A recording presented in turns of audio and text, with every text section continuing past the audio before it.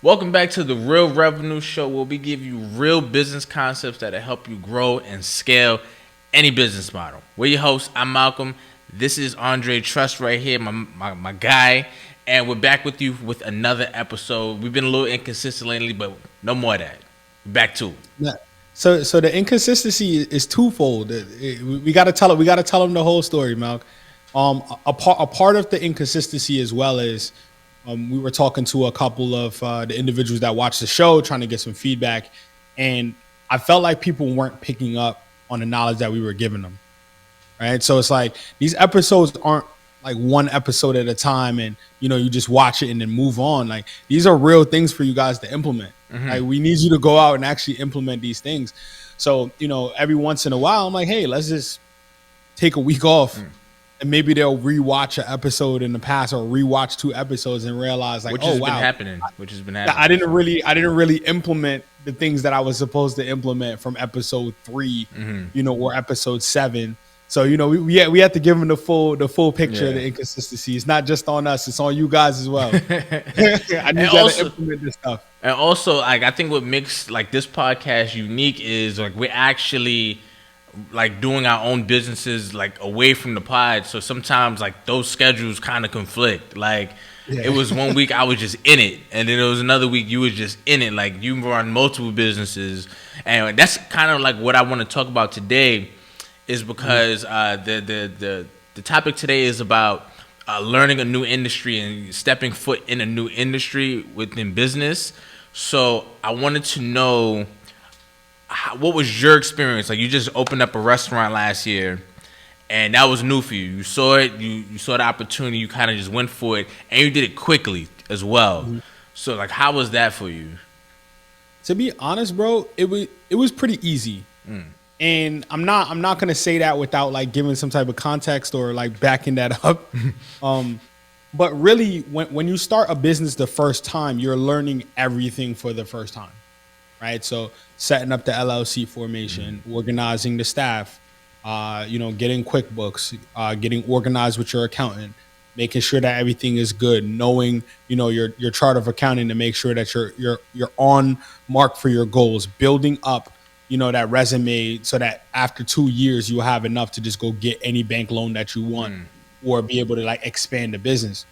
On the second go around of a business, you kind of have a template if you do it correct. Right? So kind of going back to, I think it was like episode 1 where I was telling everybody about being organized and having your stuff in like a virtual cloud and having everything good to go in detailed files. Right. So for me, starting the restaurant up was actually fairly easy because all business is essentially the same. You're going to hear me say this consistently, right? Business is all about like a few fundamental things, which is, what is your product, service, or what are you doing for the customer? No matter what it is. What are you doing for the customer? How much is that customer going to pay you to do it?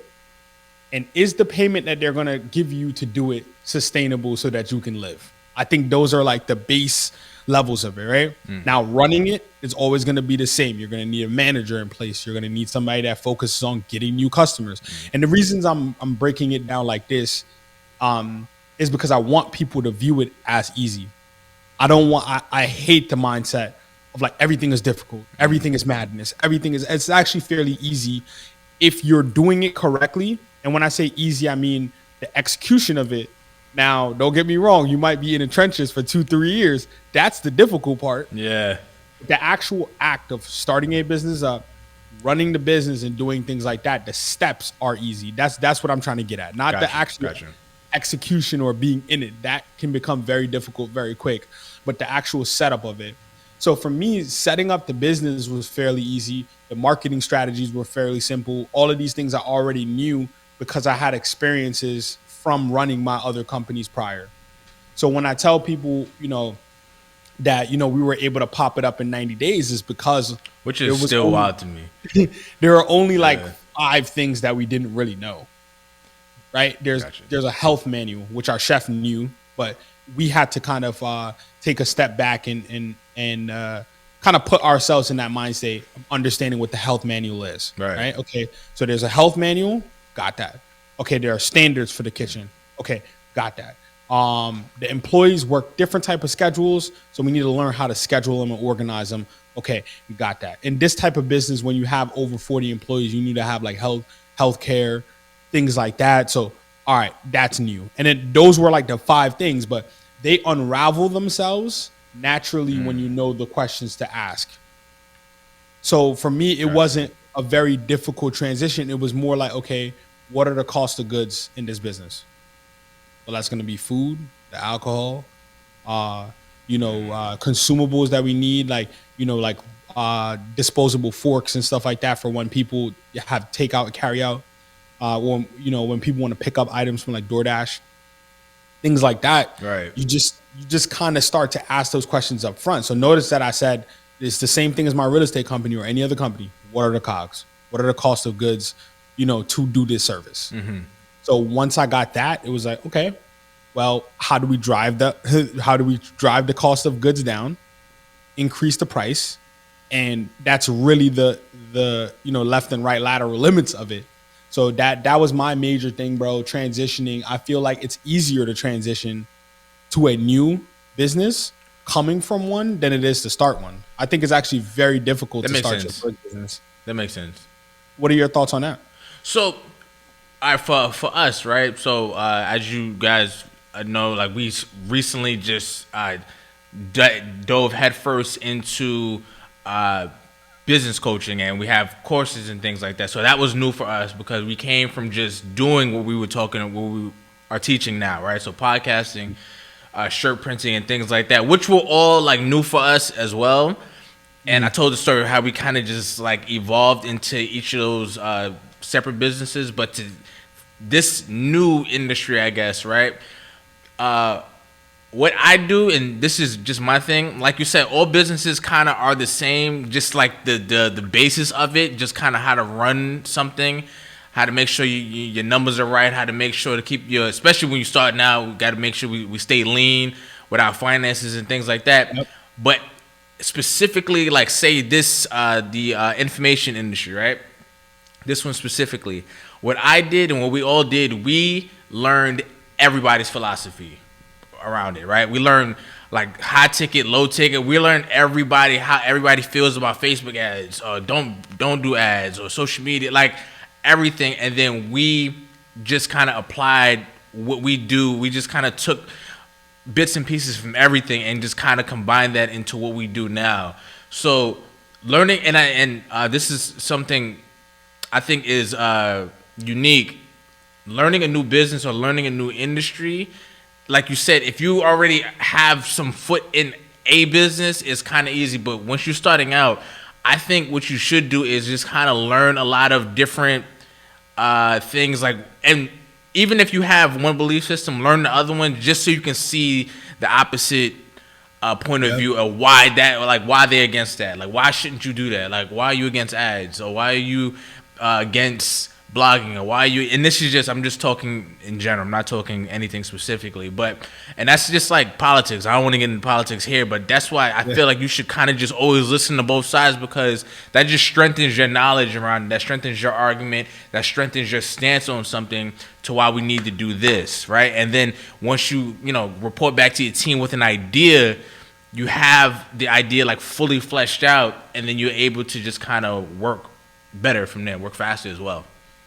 And like you have a different perspective of everything. That's just like I don't understand like why people are so against different perspectives. Like once you get a 360 view on something, like, oh, okay, like I see why like people don't want to do that. But I think for us it'll work because of this. You know what I'm saying? I'm just totally shut off. And I'm not gonna lie, I used to be that way. I kind of just, if I learned something, like starting out when we first started out. And like I said, I think I told the story. Me and my pops were going to do the podcast.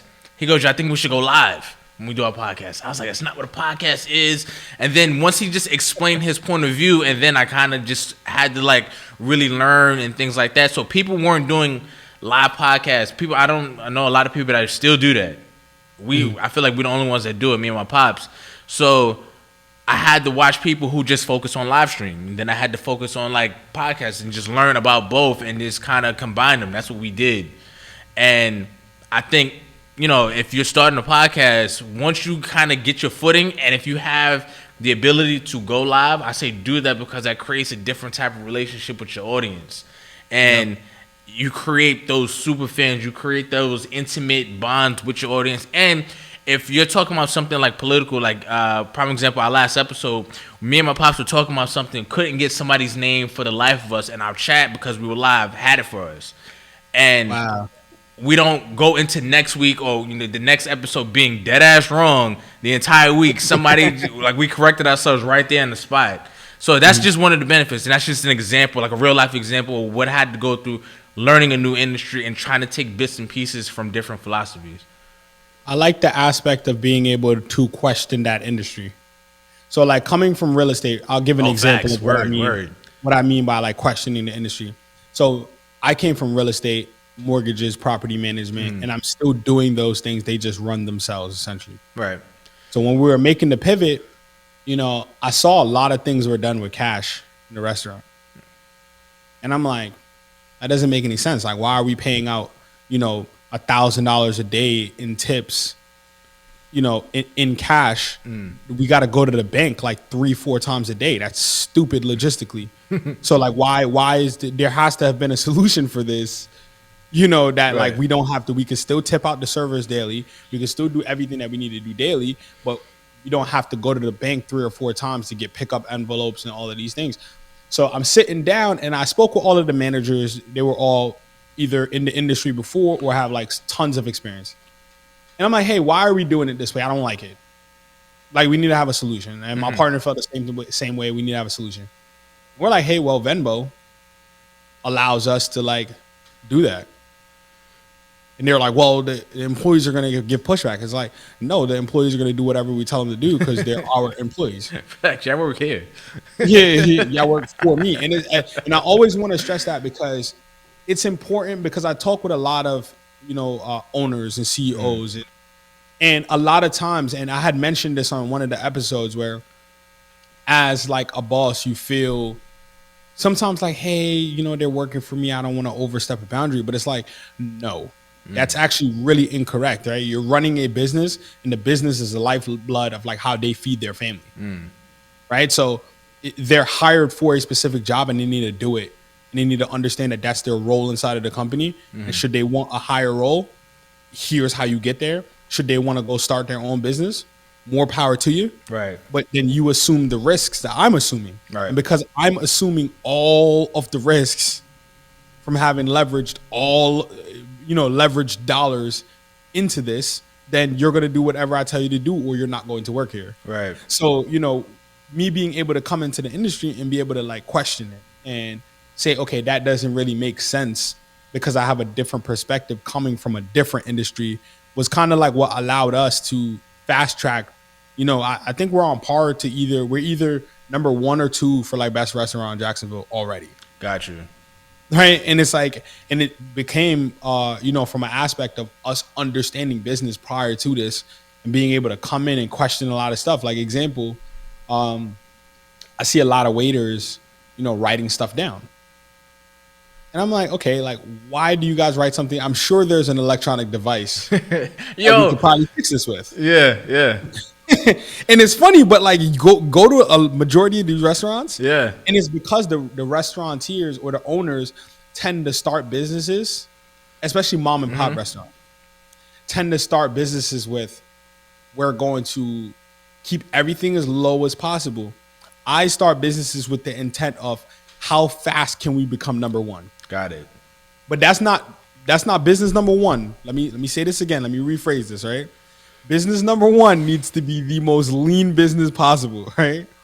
Expenses need to be super low. Everything needs to be low. But when you get some experience and you're starting multiple businesses or you're branching out into a different lane, the goal needs to be speed of how fast I can take over this market. So for me, customer wait time is always a negative thing. So if I have a handheld device that is Bluetooth wireless internet connected, that I'm at the table, and while number 1 is putting in their order, it's already back at the kitchen. Right. without having to walk to the kitchen. Or that's going to save so much time save so much time, customer complaints, negativity. It's just going to give us a boost. They're going to tell people about us. So it's worth the extra $300 a month. If it's going to bring in $6,000 a month, I'm okay with it. Right.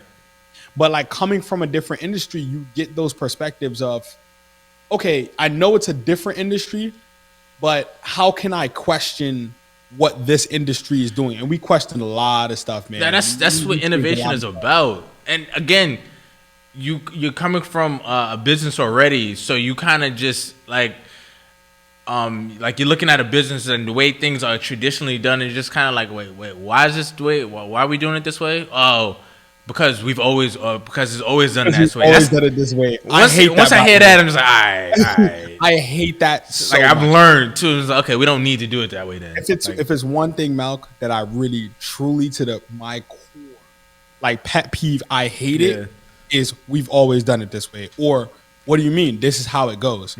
Especially as a person who, I don't believe in rules, bro. I don't like rules. I'm gonna keep on pushing that. I don't like rules. I don't like authority. I don't like being told what to do. I've always been this way since a child.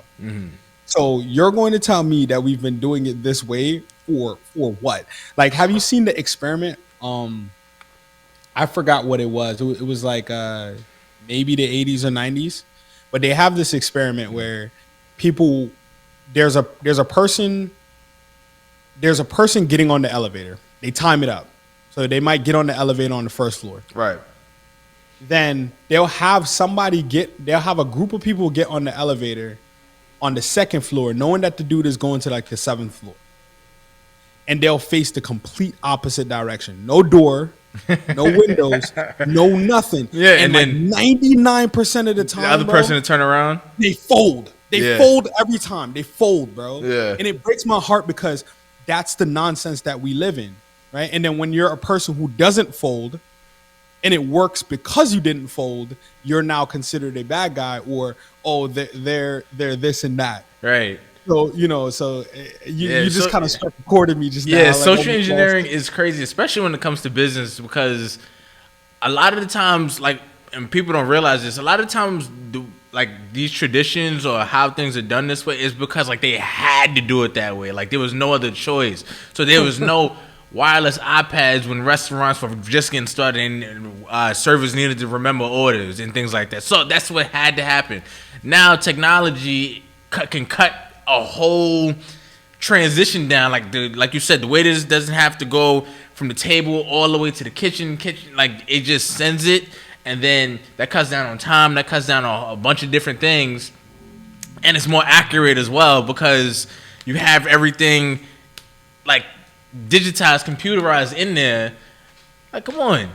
Why do we have to like stick to the norms when we can and another problem is, I feel like we spoke about this in one of our early episodes. That might be more expensive up front and people get scared of that as well. Yeah. I always spend for convenience. I'm not gonna lie to you. That is, I'm the biggest. You know me. I'm the biggest spender for convenience on the face of. I don't got to do it here. Take that. I just want to give it to someone else. I want to get this off of my plate. I want it to be somebody else's problem. I want to hold someone else accountable. I want to, if it's not on time, be able to just yell at someone. Right. And the reason is because everyone has their role. I have to keep stressing that, and really, somebody in life wanted to be a marketer. That was they woke up, went to college for it. They were organized in it. This is what I want to do, right? So if they've made it that point and I hired them to do that job, then I'm going to expect them to do that job, right? Like my partner is he runs operations, so he's way more like aggressive when it comes to stuff like this than I am. I'm more so finances. I'm in the back. I don't really talk as much. But like, we actually had we had a conversation the other day, which was like really stuck with me a bit. So I got upset because I'm like, yo, I gave a task and it wasn't completed on time. I didn't like that. It wasn't completed the way I wanted it to be completed. It was a lot of confusion. It led to people making mistakes, and it led to a bunch of stuff, right? But then my partner's like, yo, you have to hold yourself accountable. It's your fault. And I said, how is it my fault? I gave a directive. I gave this and that. And he's like, you actually gave a very loose, very vague statement.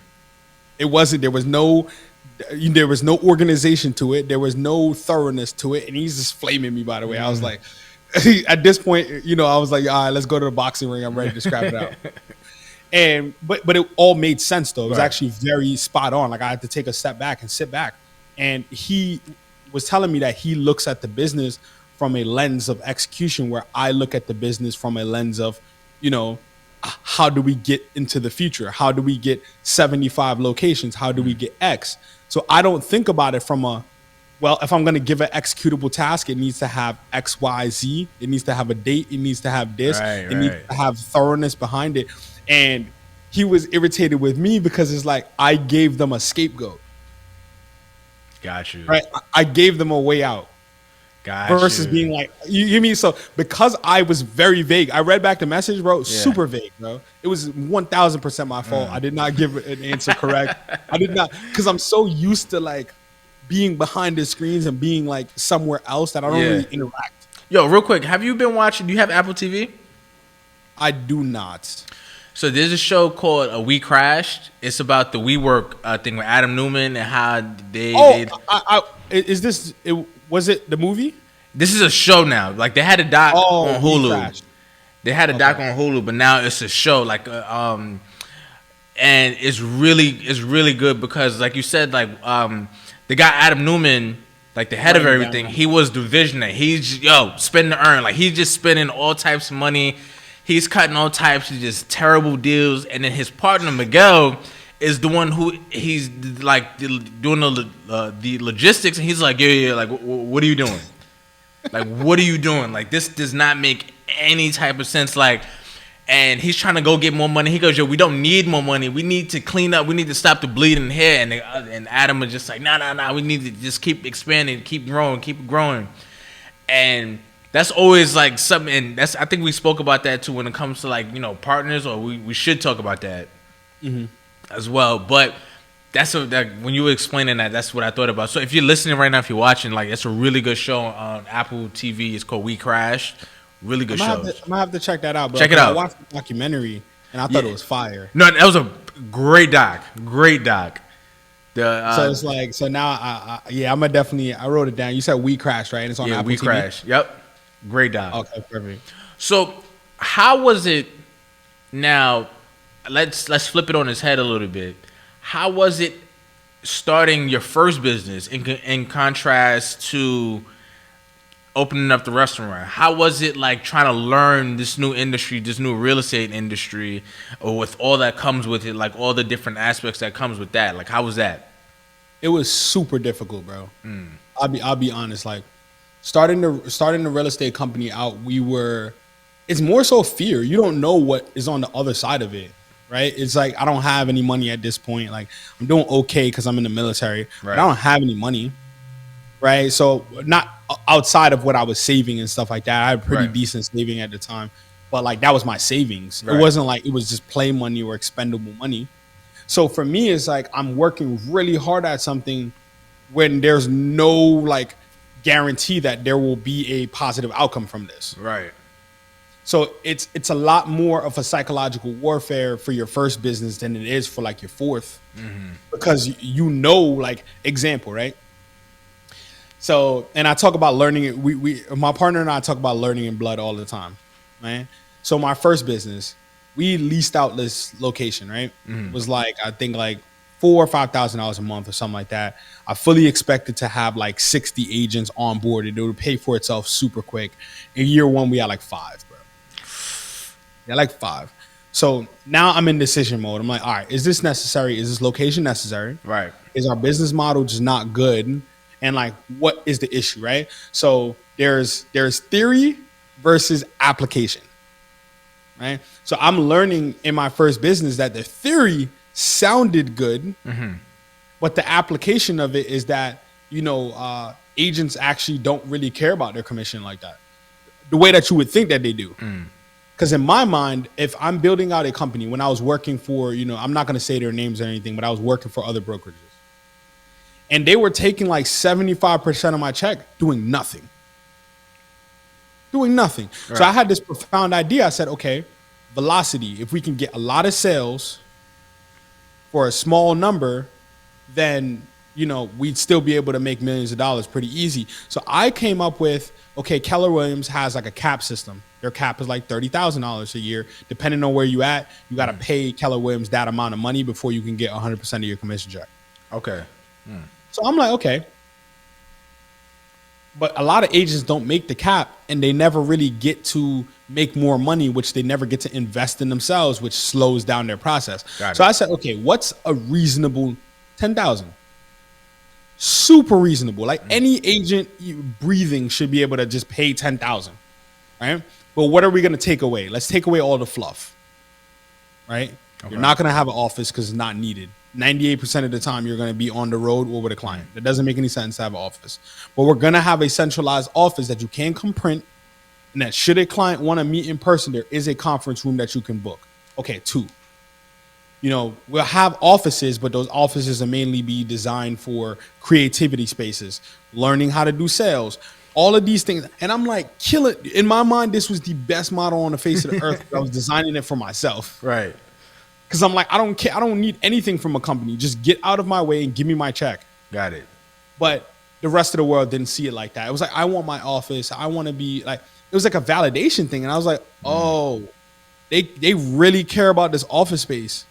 Like, dude, you can just make $50,000 more and then go get a really nice office for like $700 a month. Right. Versus like me taking 75% of your check and like, and you get it like a 5x5 office space with like a shitty desk. Right.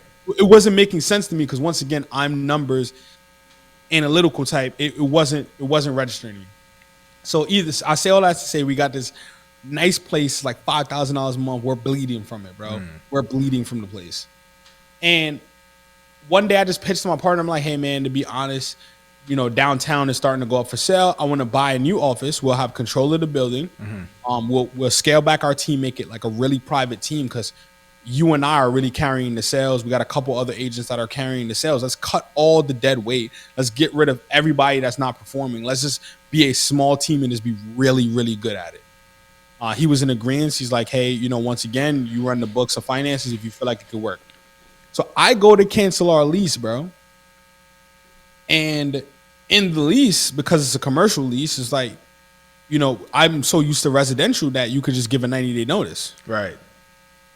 I went and they were like, 90-day notice. No, brother, you're on the hook for the entire lease until your lease is done.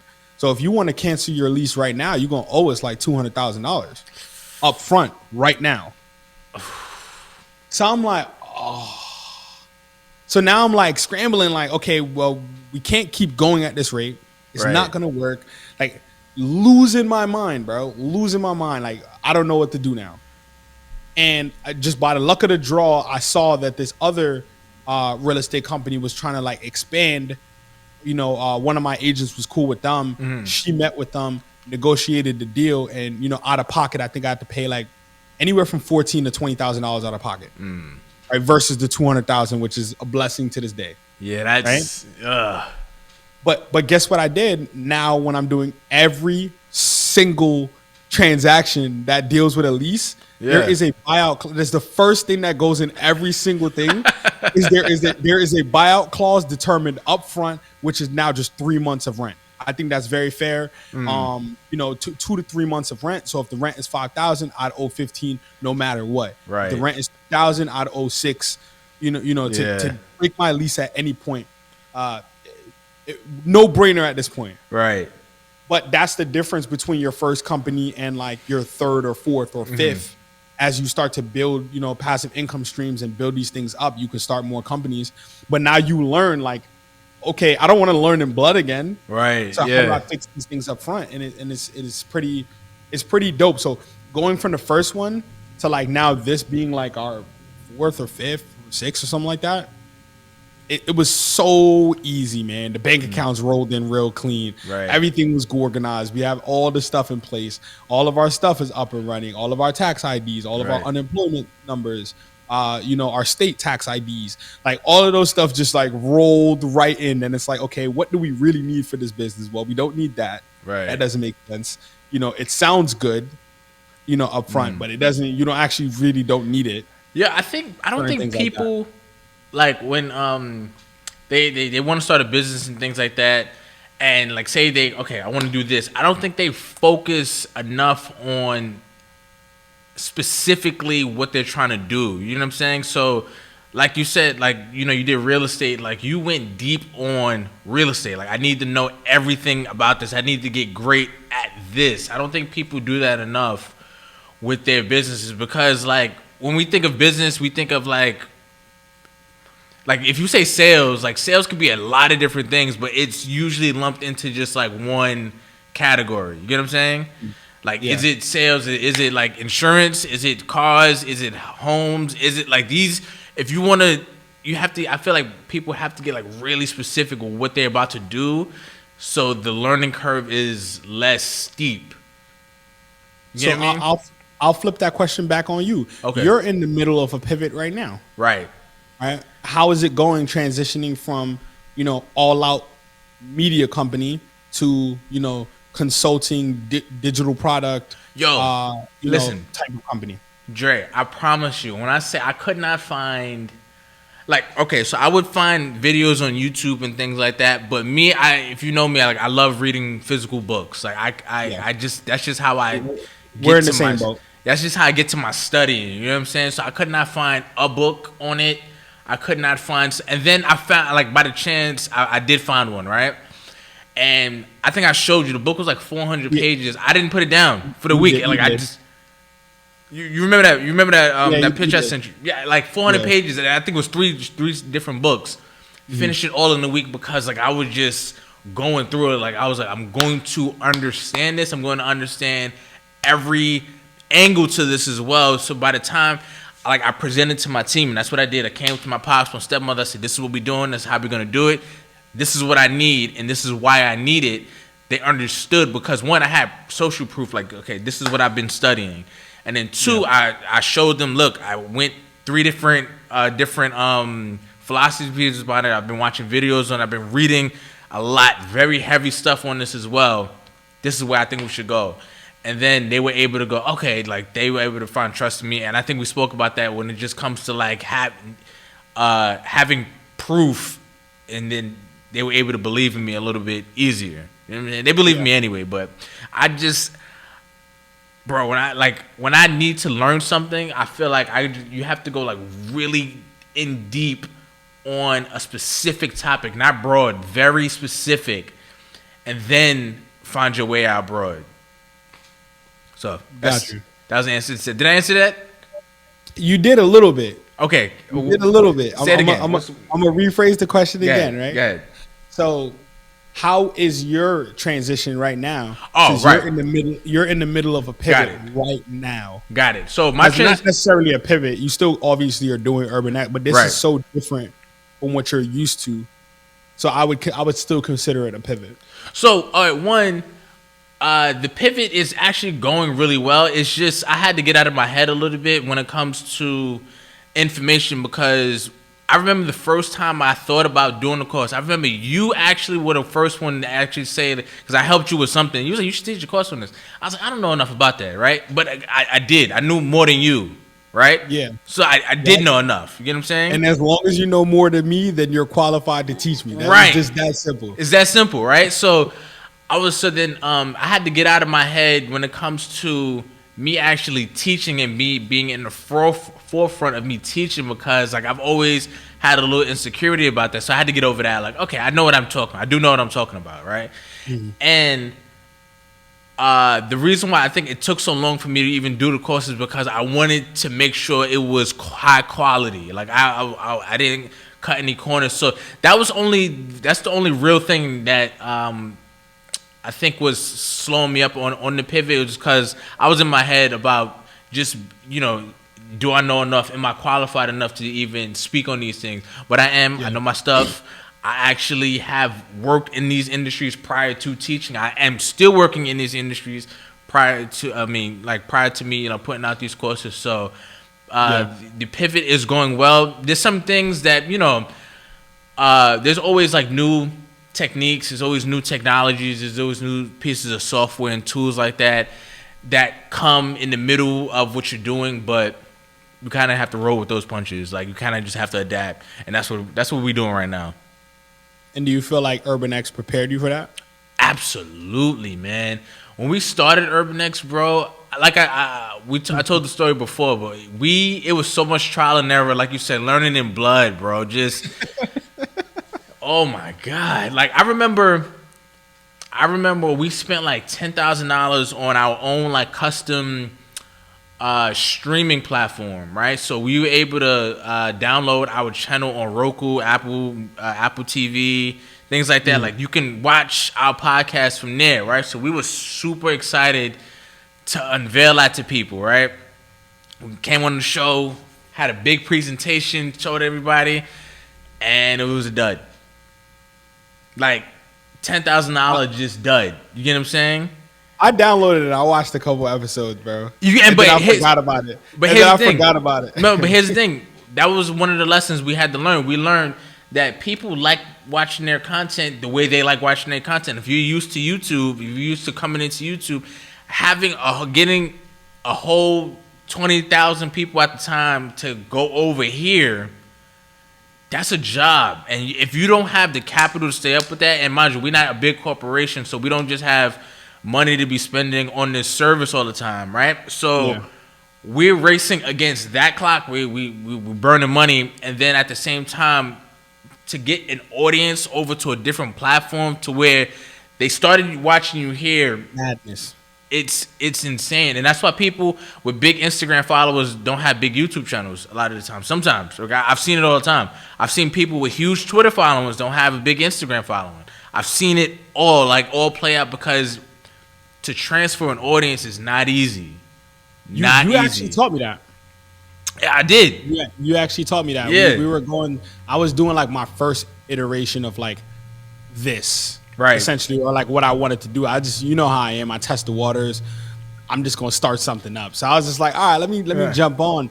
And you were like, hey, at the time, IGT, like migration of your or the people that's watching your show or your clients or just loyal fans, it's very hard to change their mind once it's stuck. And I was like, you know what, that kind of logically makes sense. So I just started with IGTV. And it was going well on IGTV, and then I got busy again, and I was like, "All right, I'm checking out, guys." Yeah, I had to tell a few people that. Like, I knew this girl. She's a chef. I know, and then she has a huge following on Instagram, and she was saying like, "Yeah, I want to start a YouTube channel." And I'm just like, "How many followers you got on Instagram right now?" I was like, "Just keep it there. Like, just do your cooking tutorials there, and then that's when IGTV you can have like a lot of just long form content, so you don't have to." Move. And then what I've learned too, and this is one thing I've learned that has prepared me for these courses, right? I've learned the less work it takes for people to do, the easier it is. Meaning, if I don't have to click 3 and 4 links to get to something, if I could cut it down to 1 link, if I could cut it, then that's what you do. So, prime example, with like the ebook and things like that, I have links in the actual ebook, so you don't have to go out of the ebook. If you want to read the ebook there and you want to go to the courses, there's a link in the ebook. You get what I'm saying? Like cutting down all friction, and that was one of the things that helped me because, bro, I remember when we first started selling shirts, right? And our shop was on the website.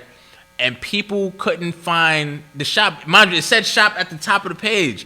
And then people was calling me, people calling my dad, like, yo, I can't find it. I'm like, yo, it says shop on the website. Am I bugging? Like, am I bugging?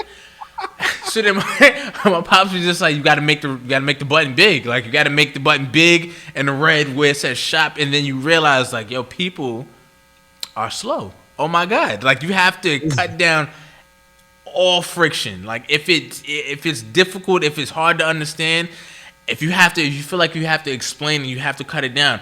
I have a membership. Me and my pops have a membership for our pod, and getting to it, like I'm in enough memberships so I could just know how to navigate people's websites. You know what I'm saying? But that's me. That's just only me because I do websites, so I know how to navigate it. I said I'm gonna need to film a video step by step on how to do this. And after the video, I need to have an email detailing step by step with screenshots on how to do this as well. Then after that, I need an Instagram post, step by step, swipe left, and this is how you do it. And you realize like, and then for the course, like I had to do the exact same thing. You know what I'm saying? So you take these little lessons because like you realize, and then you realize like I probably lost a lot of money starting out because people just didn't know how to access something. Yeah. Because I didn't have that in place for people to know how to access it. So, like you said, you learn in blood, but once you know, it's the learning curve is for life. Yeah, it's quick. And I try to, because I talk with anybody who from the show that's watching. People reach out to me, by the way. Right, I tell you guys this, and people actually have been reaching out. So I've been having conversations with people, chopping it up with them, getting it to a point where they understand. Right. One of the things that I try to really get across to people is you don't have to learn in blood. You do not have to. Don't have to. Yeah. Right. Learning in blood is like the worst case scenario. That's you've lost. Right. and I'm telling you, I've lost so many times. Yeah. That's why I'm so energetic. That's why I'm preach. I mean, L after L after L, I've lost. Yeah.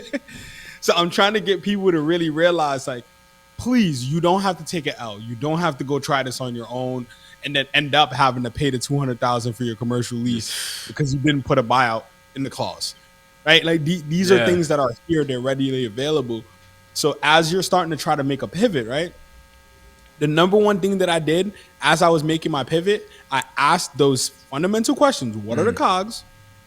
How is my customer going to pay me? How can I drive these costs down? And I literally blitzed every restaurant owner I could find, every server I can find, every bartender I could find. I was just blitzing them. I was like, tell me what happens if we do this wrong, right? What is the financial cost if we do this wrong? What are some things that are missing? I didn't even know, how intensely bad finances are in restaurants. Mm-hmm. And it's because restaurateurs that started normally start the restaurant as the chef. It's the worst thing you can do. It's literally the worst thing you can do. Yeah. Because there's so much logistically that goes into the restaurant. Starting the restaurant as the chef, you're almost guaranteed to die unless you have a team with you. Mm-hmm. Unless you hire a team off rip. And like you have the money, like those super chefs. Mm-hmm. What's his Gordon Ramsay or something like that? Like a Gordon Ramsay. Right, that's like I'm gonna be the chef, yes, or the main one, but I'm really just gonna be the overseer of all the chefs. Right. I'm gonna hire a financier. They're gonna hire, my partner and I basically. Right. To like run the stuff. Right. That's the correct way to do it. But starting out in the restaurant industry as like you're the chef, oh man, recipe for disaster. You almost fail. It's almost like a 98% fail rate. Yeah, that sounds. So I was like, okay, rough. Okay, so we need to hire someone. I would never plan to be in the kitchen a day in my life. That's not my zone. My partner can cook though. He can really cook. Like really dope. He's actually pretty good at cooking. But like for me, just not my cup of tea, man. Yeah. This is just not my zone. So having our chef, she's phenomenal. She takes direction. She listens. She's organized. We're turning her into an exec. So she knows like, okay, dang, I can teach this stuff. I can show people. I can train and turn over. I can get organized this way. So it's been a full journey, but that pivot, we're still learning in blood. Right. We still have some blood situations. Right, of course. Our blood is so much like right now it's like little vials. Not like we're hemorrhaging from the arm. Right. We got to get to a hospital because that's what it was. Right. Like even us, we were losing tons of money because our system was set up at the restaurant incorrectly. It's like an oversight on our end because we just didn't know how to recognize it. Right. Gotcha. And I was kind of like off and my partner's like, yeah, if you're off, then something must be off. And we did a little bit of investigating. He actually noticed that like, one of our payroll system actually wasn't linking up with our actual in-house system. So we were paying basically twice, 2 to 3 times for employees versus like one time. I'm like, oh man. But like, that's what it means by like learning and organized. Now that we know that, location 2, 3, 4, 5, 6, 7, 8, 9, 10 are going to be jokes. Like it's going to be a joke at this point. Right. You know, so we're learning everything with this first one, taking it on the chin. We got some really good people with us, really strong team. Love our team, man. Love my staff. Love all of. I just love what we're doing here. And I couldn't ask for a better pivot, but that pivot wasn't as bad because we already learned a lot in blood and we asked a lot of questions. Dope. So this has been a great episode. I hope you guys took something out of it. I hope you guys take something out of all these episodes. But soon, I'm going to put ourselves on the spot right now so we get it done. We're going to come together. We're going to put together like an annotated ebook that have some of the main points and information from all of our first 15 episodes or all of the episodes up to this point. And we're going to put that together for you guys. Make it look all nice and shiny for you guys. That's what we gonna do, Malc? That's what we doing, man. That's what we doing. All right, cool. I told the people, so we got to do it now. Now we got to get it done. We got to get it done. And Malc is being modest, by the way. He's released this course, you know, and it's doing really well, man. And people have gotten back to me. They really enjoyed it. People and I like the transition because people have gotten the ebook in the course. Like, yeah, I need to apply this. I need to do something to apply these principles to, because the ebook we have like 12 principles on running the family business. So people are reading that and going straight to the course so they can learn what businesses to apply them to. Really exciting. I'm stepping more into the front row. I'm on social media a lot more, posting. And I like it. Yeah, let's get it. I like it. And this is important because, you know, the full journey, I'm more of like, I'm an extrovert introvert. So whenever I'm in it, where I'm an omnivert, but mainly an introvert. But whenever I'm in it, I'm in it. I could be all over, and I love to talk about stuff, and I love to, you know, promote my guys and my friends, and just be all that. When I'm out of it though, like I'm gone for like 4 or 5 weeks. Yeah. Like Malc is a tried and true introvert. Yeah, man. So it's kind of dope to see you coming into your light and realizing who you are as a person, man. You've helped thousands of people. Yo, man. And you know, I never realized it until people hit me up like, yo. And it was always dope too. Like, because I can see, you know, people who downloaded the ebook and stuff like that, started the course. And I've been seeing names from people I went to college with that I've never really had a conversation with. You know what I'm saying? Like, I've never had a full, like, yo, it was good. Like, I'm just like, oh, wow. Like, you've watched me enough to, like, know, like, I do know what I'm talking about. You trust me enough to be able to teach you. So that's been an amazing experience. Still is. Yeah, you know so you got to drop a link somewhere. Yeah, whoever's watching this can grab something. Yes, so the link is in the description below, or you can visit, if you're listening right now, you can visit urbanx.nyc/family, or you can text family to 917-810-3077, and you'll get the link immediately to get the ebook and the free training. All right? So with that being said, I'm Malcolm. This is Andre. This has been the Real Revenue Show. Don't forget to like, share, and subscribe. Add us both on our socials. You know what I'm saying? Because we're about to start giving out a lot of free information, a lot of dope information on our socials. And yeah, man, peace. Peace.